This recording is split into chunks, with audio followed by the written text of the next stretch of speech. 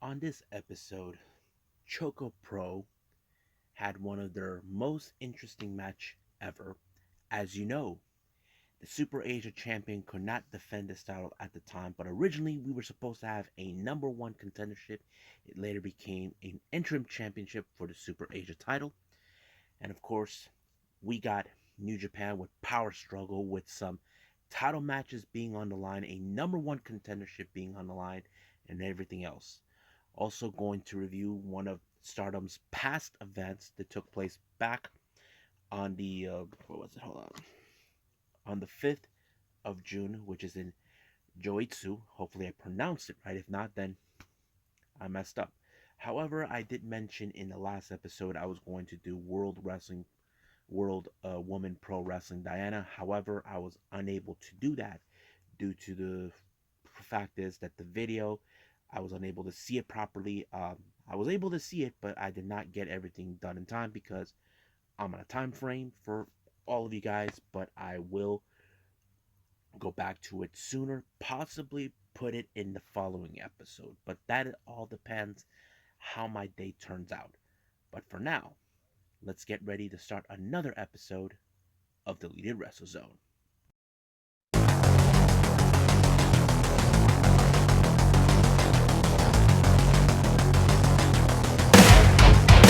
Are you ready? Get up, get up! Get up, get up! Get up, get up! Get up, get up! Get up, get up! Get up, get up!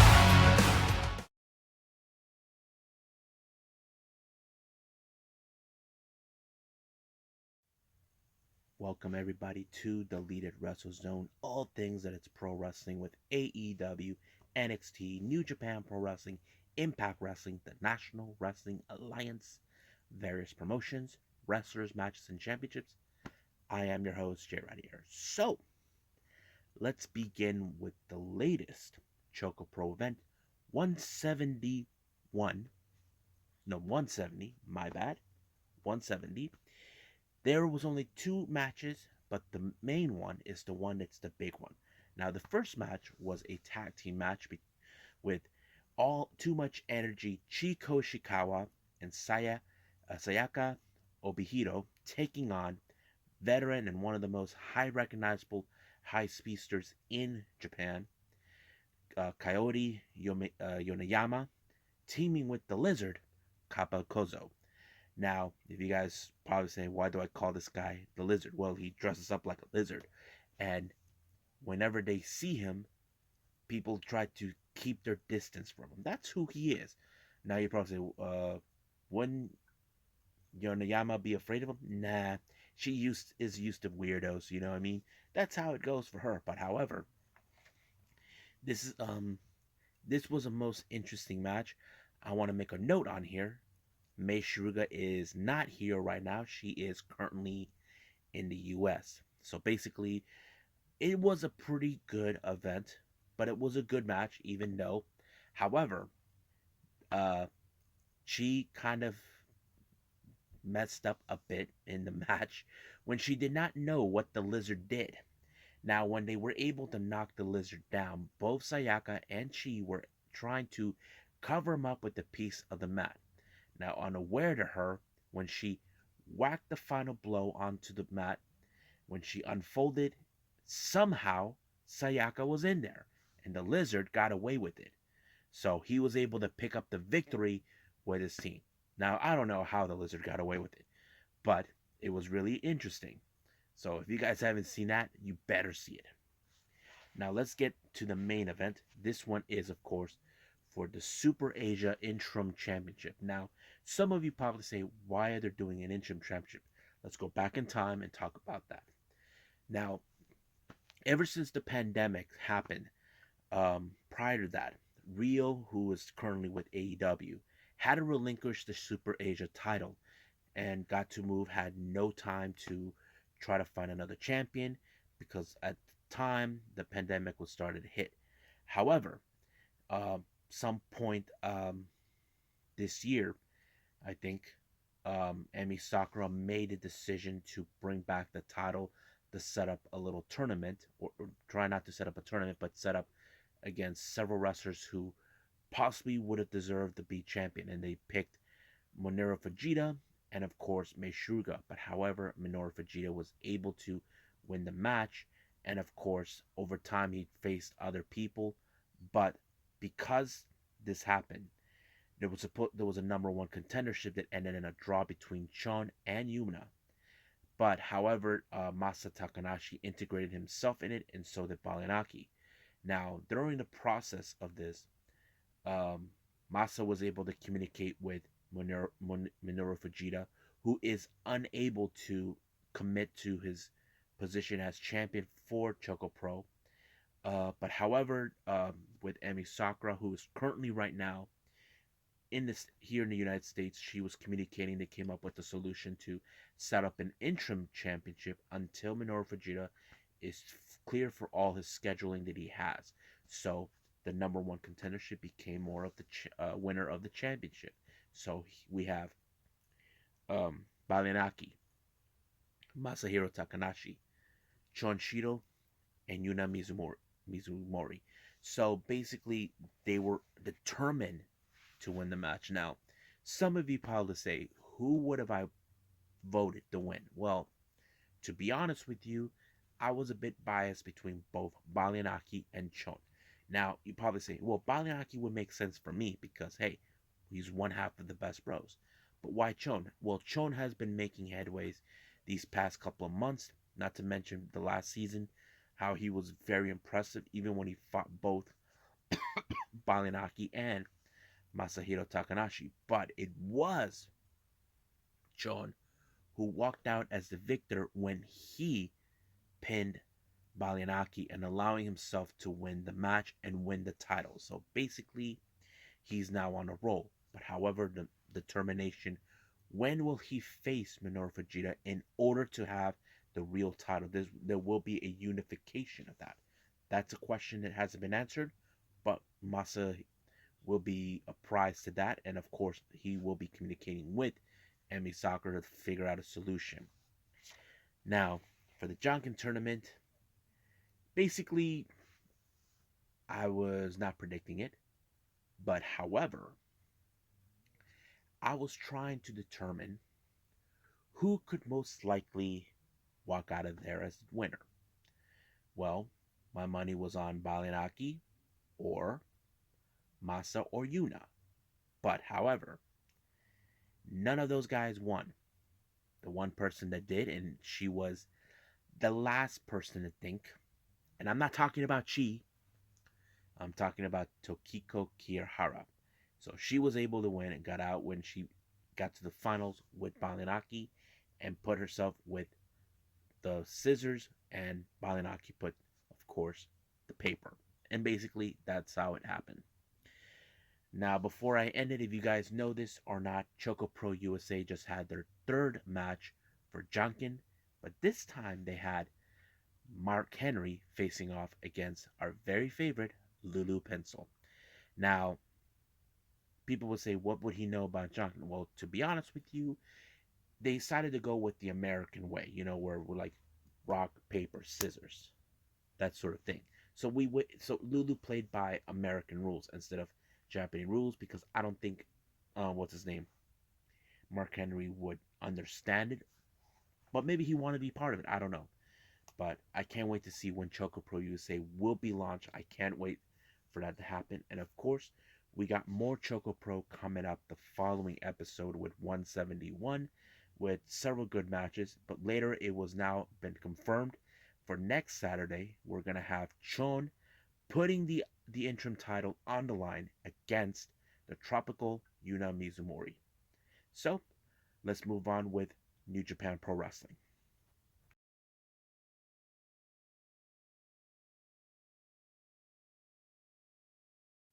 Okay, now it's been a while since I did a New Japan stuff. They were unable to continue on with the tour on live streaming. They were doing most like what we call house shows, but it's okay. We got to this point. It was pretty good. I enjoyed the show. Opening match was the pair of young lions, Kosei Fujita, Rohei Oiwa, taking on Suzuki Goons, Doiki, and Yoshinobu Kanemaru. Now, as you know, in this type of scenario, we all see that sometimes the young lions improve, but however, majority of the time they lose the match. But it was Kanemaru that put Rohei Oiwa down with the what was it, the Boston Crab right there, and he forced them to tap out, which was a good, solid victory for Suzuki Gun. But we got to pay attention to what the Young Lions do down the line.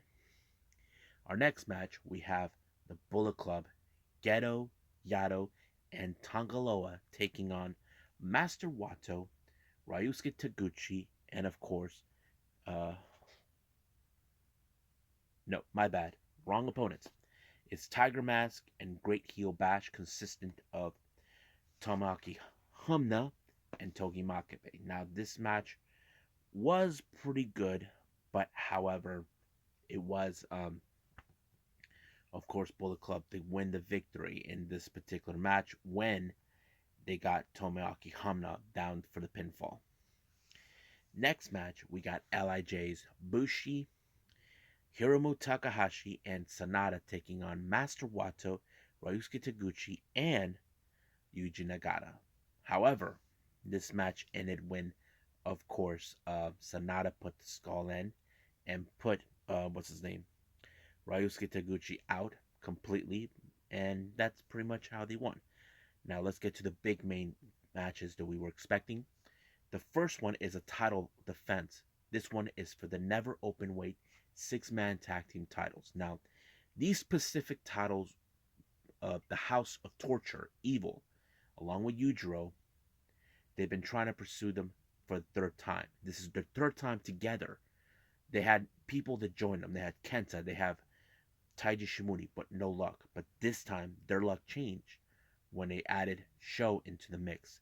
So they're facing against Chaos, which is Yoshihashi, Tomohiro Ishii, and Hiroki Goto, the challenge for these titles. Now, however, you know the kind of tactics Evil likes to play, and of course, don't forget, he has the insurance policy, Dick Togo, being by their side, which worked.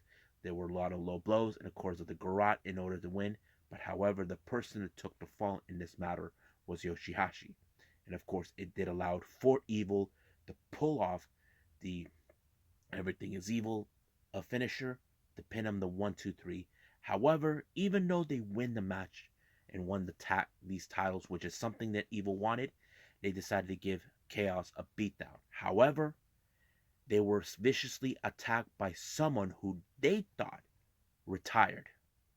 And that person was Sho's former tag team partner and, of course, member of Roppongi 3K, Yo. However, they were not too pleased that he showed up.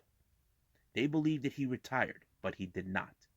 He said he needed some time. Looks like time is already over. We haven't seen him since August, I believe. But now he's back with a vengeance. So I can't wait to see when this match between Sho and Yo will take place. It wouldn't surprise me if Yo teams up with somebody to take on the House of Torture. Now our next match, well, this was a very interesting, unusual match. This one is for the King of Pro Wrestling Provisional Trophy in an amateur wrestling rules match between the Great Okan and Toru Yano. Now, I was laughing when I saw Great Okan wearing his amateur wrestling gear. Now, this is the first time I see him in this type of getting. I laughed. I thought it was so amazing and funny. But to be honest with you, I was fully aware about Yano's background. He does have an amateur wrestling background. It fits perfectly. However, the match was pretty amazing, pretty good. But it was Yano who won with 6 points and Great Okan 5, allowing himself to win, to retain the trophy. But however, nobody liked a sore loser. Great Okan just sucker punched him. But Yuji Nagata decided to come out, hopefully to teach him a lesson, since Khan doesn't like to lose. Now our next match, this is for the IWGP Junior Heavyweight Championship between El Desperado and champion Robbie Eagles. Now, this particular match will tell the story. As you know, not too long ago, it was Robbie Eagles that defeated El Desperado in this match. However, during that time, he was still the IWGP Junior Heavyweight Tag Team Champion with Kanemaru. Now, those tag team titles are officially been lost when Robbie Eagles and Tiger Mask beat them. Now, it looks like it's the reverse. But the match was unbelievably good. They used a lot of submission in this particular match to out wrestle the other, try to warn them out from knee injuries. As you know, these guys did have knee problems in the past, but it was the El Desperado that put Robbie Eagles in dos and forced him to say that he gives up. And of course, allowing for El Desperado to regain his lost IWGP Junior Championship. And of course, Robbie Eagles knows he lasted as double champion as long as he could. But right now, he has to defend the IWGP Junior Heavyweight Tag Team titles with Tiger Mask in order to prove that he is worthy to be in New Japan. Now, our next match, this is a story been told. This is for the IWGP United States Heavyweight Championship. Now, Kenta has been pursuing this title since last year. If you guys remember, when he was in New Japan Strong, he won the coveted briefcase to contain a contract for the IWGP United States Heavyweight title that Jon Moxley had in his possession. However, Kenta did not want to wait, so he came after him. He somehow flew from Japan, been calling him out for months, but now Jon Moxley gave him the fight of his life, but he was unable to do it. However, because of this, there was a moment where Kenta took an opportunity to challenge Hiroshi Tanahashi for this title. And that's exactly what he did.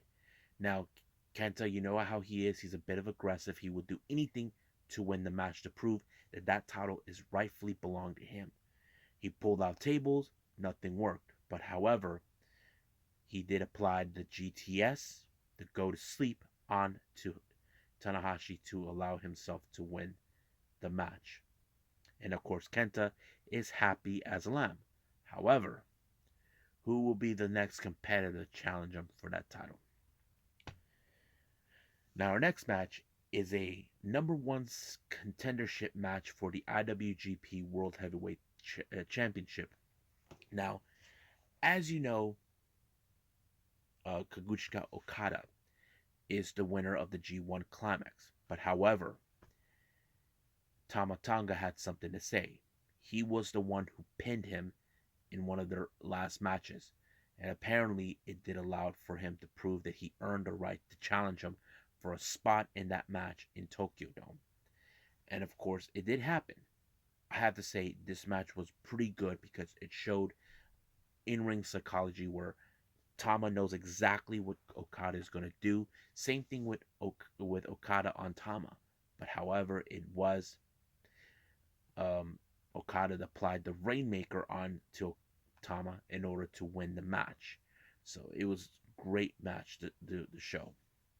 Now our main event, of course, is the IWGP World Heavyweight title between Zack Sabre Jr. and champion Shingo Takagi. Now this is one of those matches where, of course, if you are recalling the G1 Climax, it was Zack Sabre Jr. that made Shingo tap out and give him an opportunity for a chance of this title, and that's exactly what he did. Zack Sabre Jr. was confident that he was going to make him tap out, but nothing worked. Basically, Shingo did a pretty good job in his in-ring psychology to keep himself away, not to be tapped out. But he used whatever power he did to overcome every submission that Zack Sabre Jr. tried, but it did not work until he applied the Last Dragon onto Zack Sabre Jr. to retain the title. But now he is on focus mode when Okada comes out. So these two will meet at the Tokyo Dome at the start of 2022. And that is going to be one hell of a match between Okada and Takagi. Now let's move on with the last thing I'm going to review for all of you, Stardom.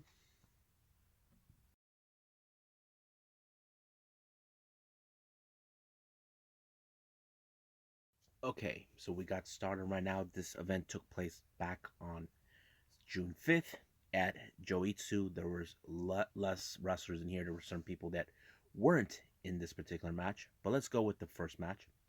We have Lady C versus Koguma. Now, for those who don't know who Koguma is, people called her the high speed genius.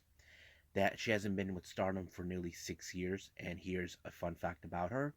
She was in the same class as someone that we know completely from Oda Tai, who is no longer there. But at the time, she was retired, but now she's back. We're talking about Ozuki, their memorable match they had from the early days together. Now, Koguma, as you know, she is considered herself the bear of the group. So basically, this was her first match against Lady C. Now, however, Lady C is a very tall girl. How can someone like Koguma overcome that? Well, that's why they call her the high speed genius. She said she has a strategy in place. And that's exactly what she does. She is a bit faster for someone of her caliber, but not as fast. She's not faster than Natsupoi, but she's good enough to pull it off. And of course, it was her when she applied the Tiger Suplex onto Lady C to allow her to have her first win of her return. Our next match is a three-way match. We have Saki Kashima of Oda Tai, Micah of DDM, and of course Cosmic Angel Mina Shirakawa. Now, in this particular match, both Micah and Saki Kashima felt like Mina is just an obstacle that needs to be ignored. That's what she tried to do. There were moments where both Kashima and Micah tried to team up to take her out, but this always happens. Out of those two is going to walk out to win the match? And apparently, it turned out to be Kashima when she took the opportunity to pin Mina for the match and allowing herself to win. Micah couldn't believe that that happened. Well, don't ever team up with someone like from Oda Tai. They always are up. They're the ultimate opportunists. That's what they normally do. Now, our next match, we have a pair of tag teams. We got Queen's Quest, Saya Kamitani, and Azumi taking on the other members of Cosmic Angels, Unagi Sayaka and Tam Nakano. Now, in this particular match, Kamitani is after Nakano many times, is coming to her at hard. Now, she is determined to challenge her for the Wonder of Star belt. But however, the match was unbelievably great. It showed a lot of psychology in ring work. It showed like how much Kamitani wants to challenge her former mentor for a shot of that title. But however, time it came out, ran out, and it ended in a time limit draw. But there is no guarantee. There is a guarantee we are going to hear that they will face off against each other. And that's something we do know is going to happen. Now, our next match, we have Starlight Kid and Mayu Iwatani taking on Queen's Quest, Momo Watanabe, and Utami Hayashishita. This was also another good match where, of course, we see how both Kid and Mayu have worked together, completely calling themselves the MK Sisters. But however, they know how tough both Momo and Utami are. Utami is the Red Belt champion, aka the Wonder of Stardom champion. But Momo has been recognized as one of the most toughest individuals in Stardom, being the leader of Queen's Quest. But however, it was Mayu who was able to roll up a pinfall on Momo, and she couldn't believe it that she lost to someone at Mayu, someone who she's known for many years. Now, our next and final match, the main event, we have Oda Tai, consistent of Ruka, Konami, and Natsuko Tora taking on DDM's Natsupoi, Julia, and Suri. Now, as you know, these two ladies have been facing off against each other many times over. But however, they are determined to prove they are the dominant ones better than DDM. But in this case, it was Suri who put Ruka away when she applied an armbar right there in order to pick up the victory for her team. But as you know, DDM are currently one of the most dominant factions within Stardom. There's more things to come from them. Well, I hope you guys enjoyed this episode, me reviewing three events. I apologize for not throwing World Woman Pro Wrestling Diana like I supposed to, but I will put it on the next episode. However, there will be more to come. As I mentioned, it's a continue on with ChocoPro with 171 with some interesting matches that were placed. However, I will review more Japanese wrestling, one from DDT Pro Wrestling for the Summer Vacation Tour 2021 in Osaka. It took place on the 26th of June. And of course, more Stardom for the Hokiriko Ashadi Broadcasting Stardom Terrestrial Broadcasting Memorial that took place early that very month. But like I said, I will throw in Diana for all of you when I get a chance. But for right now, I'll see you guys in the next DWZ time. Same DWZ channel. I must bid all of you adieu. So, goodbye. Mwah. And have a nice day.